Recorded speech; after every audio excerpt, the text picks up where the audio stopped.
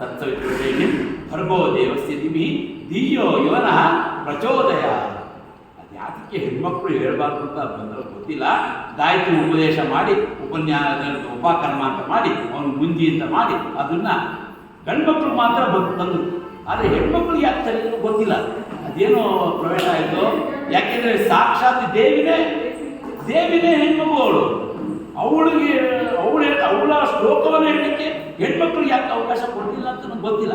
ಗಂಡ್ಮಕ್ಳು ಮಾತ್ರ ಗಾಯತ್ರಿ ಉಪದೇಶ ಮಾಡಿ ಅದರ ಒಂದು ಸರ್ವಾಧಿಕಾರ ಗಂಡ್ಮಕ್ಳು, ಆದರೆ ಹೆಣ್ಮಕ್ಳು ಕೊಡಲ್ಲ. ಆದರೆ ಆ ವಿಪರ್ಯಾಸ ಏನಪ್ಪ ಅಂತಂದರೆ ಇದರಲ್ಲಿ ಮೇಯ್ನ ಇರೋಳೆ ಗಾಯತ್ರಿ ದೇವಿ.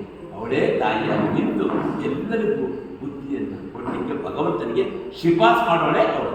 ಭಗವಂತನಿಗೆ ಹೇಳ್ತಾಳೆ, ನೋಡು ಭಗವಂತ ಇವ್ರಿಗೆ ಒಳ್ಳೆ ಬುದ್ಧಿಯನ್ನು ಕೊಡು, ಭಗವಂತ ಒಳ್ಳೆಯ ಧರ್ಮದ ಹಾದಿಯನ್ನು ಹಿಡಿಯೋ ಹಾಗೆ ವ್ಯವಸ್ಥೆಯನ್ನು ಮಾಡು ಅಂತೇಳಿ ಆ ಗಾಯತ್ರಿ ದೇವಿ ನಿಂತು ಭಗವಂತನಿಗೆ ಶಿಫಾರಸ್ ಮಾಡ್ತಾ ಇರ್ತಾರೆ. ಯಾಕೆ ಶಿಫಾರಸ್ ಮಾಡಬೇಕು? ಆ ದೇವಿಯನ್ನು ನಾವು ಕೊಂಡಾಡ್ತಾ ಇದ್ದೀವಿ, ದೇವಿಯನ್ನು ಸ್ತುತಿಸ್ತಾ ಇದ್ದೀವಿ ಅಲ್ವಾ. ಅದಕ್ಕೆ ಈಗೆಲ್ಲ ನಾವು ಇದೆಲ್ಲ ಮಾಡ್ತೀವಲ್ಲ, ದುರ್ಗಾ ಸಪ್ತಶತಿ ಪಾರಾಯಣ, ಲಲಿತಾ ಸಹಸ್ರನಾಮ ಪಾರಾಯಣ, ಇವೆಲ್ಲ ಯಾಕೆ ಮಾಡ್ತಿದ್ರೆ ಅದರ ಅಧಿದೇವತೆ ಗಾಯತ್ರಿ ದೇವಿ. ಅವಳು ನಮಗೆ ಒಳ್ಳೆ ಬುದ್ಧಿಯನ್ನು ಕೊಡಲಿ, ಧರ್ಮ ಸಂಸ್ಥಾಪನೆಯನ್ನು ಮಾಡಲಿಕ್ಕೆ ನಮಗೆ ಒಂದು ಅವಕಾಶವನ್ನು ಮಾಡಿಕೊಡಲಿ ಅಂತೇಳಿ ಭಗವಂತ ಕಲಿಯುಗದಲ್ಲಿ ನಿಂತು ಶ್ರೀಕೃಷ್ಣನಾಗಿ ನಿಂತು ಇದನ್ನೆಲ್ಲ ಮಾಡ್ತಾ ಬಂದ. ಹಾಗಾದರೆ ಅಂತಹ ಶ್ರೀಕೃಷ್ಣನನ್ನು ಇಡೀ ನಮ್ಮ ದೇಹದಲ್ಲಿ ಎಲ್ಲಿ ಇರಿಸಿಕೊಳ್ಳೋದು ಅಂತಂದರೆ ಅಮ್ಮ ಹೇಳಿದಂಗೆ ನಮ್ಮ ಹೃದಯ. ಹಾಗೂ ಹೃದಯ ಏನಿದೆ?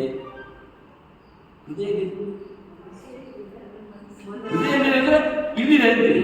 ಹೃದಯ ಇಲ್ಲಿದೆ ಅಂತೀವ? ಹಾಗಾದ್ರೆ ಇಲ್ಲಿದೆ, ಅಲ್ಲಿದೆ ಅಂತಂದಾಗ ನಿಮ್ಮ ಹೃದಯ ಏನಿದೆ ಅಂದರೆ ಇಲ್ಲಿದೆ. ಈ ಜಾಗದಲ್ಲಿ ಎಲ್ಲೋ ಒಂದು ಕಡೆ ಇದೆ ಹೃದಯ. ಆ ಜಾಗಕ್ಕೆ ಆ ಭಗವಂತ ಬಂದು ನಿಂತ್ಕೋಬೇಕು. ಭಗವಂತ ನಿಂತ್ಕೊಳ್ಳೋದಕ್ಕೆ ಅಷ್ಟು ಸುಲಭ ಅಲ್ಲ. ಭಗವಂತ ನಿಂತ್ಕೊಳ್ಳೋಕೆ ಸಾಧ್ಯವೇ ಇಲ್ಲ. ನಿಲ್ಲಿಸ್ಕೊಳ್ಳೋಕ್ಕೆ ನಾವು ಪ್ರಯತ್ನ ಮಾಡ್ತಾ ಇದ್ದೀವಿ. ಯಾಕೆ? ಈ ಸತ್ಸಂಗವನ್ನು ಮಾಡಿ, ಭಜನೆಯನ್ನು ಮಾಡಿ, ಇವನ್ನೆಲ್ಲ ಮಾಡ್ತಾ ಬಂದಾಗ ಪ್ರತಿಯೊಬ್ಬರಲ್ಲೂ ಕೂಡ ಅರಿಷಡ್ ವರ್ಗಗಳು ಇರ್ತದೆ.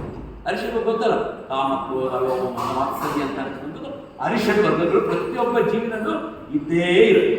ಈ ಅರಿಷಡ್ ವರ್ಗಗಳಿಗೆ ಪ್ರಧಾನ ಯಾವುದು ಹೇಳಿ? ಏನು? ಆಸೆ. ಅದು ಗೊತ್ತಲ್ಲ, ಕಾಮ, ಕ್ರೋಧ, ಲೋಭ, ಮೋಹ, ಅದರ ಆಸೆ ಬಂತು. ಕಾಮ ಅಂದರೆ ಆಸೆ ಅಷ್ಟೇ. ಕಾಮ, ಕ್ರೋಧ, ಲೋಭ, ಮೋಹ ಮತ್ತು ಅದು ಅರಿಷಡ್ವರ್ಗಗಳ ಆಸೆ ಅನ್ಕೊಂಡು ಅದಕ್ಕೆಲ್ಲ ಅಧೀನ ಒಬ್ಬ ಇದ್ದಾನೆ. ಆ ಅಧೀನ ಇರದೆ ಅಹಂಕಾರ. ಎಲ್ಲಿ ನಾನು ನನ್ನದು ಎಂಬ ಅಹಂಕಾರ ಇರುತ್ತೋ ಅಲ್ಲಿ ಜಾಗದಲ್ಲಿ ಭಗವಂತ ಇರೋದು. ಯಾವಾಗ ನಾವು ಬಿಡ್ತೀವಿ ಆವಾಗ ಭಗವಂತ ಬರ್ತ. ಈಗ ಹಾಗೆ ನಾನು ನನ್ನದು ಎಲ್ಲಿದೆ?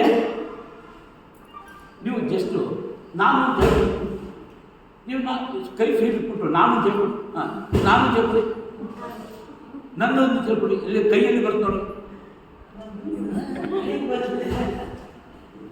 ಅದಕ್ಕೆ ಬಾಡಿ ಲ್ಯಾಂಗ್ವೇಜ್ ಆ ಬಾಡಿ ಲ್ಯಾಂಗ್ವೇಜ್ ಅಂತಂದರೆ ನಮಗೆ ಮನಸ್ಸಲ್ಲಿ ಏನಿರುತ್ತೋ ಅದು ಕೈ ತೋರಿಸ್ತಾ ಇರ್ತದೆ. ಕಪಾಲ ಹೊಡಿತೀನಿ, ನೀನು ಕೈ ಹೋಗಿರುತ್ತೆ.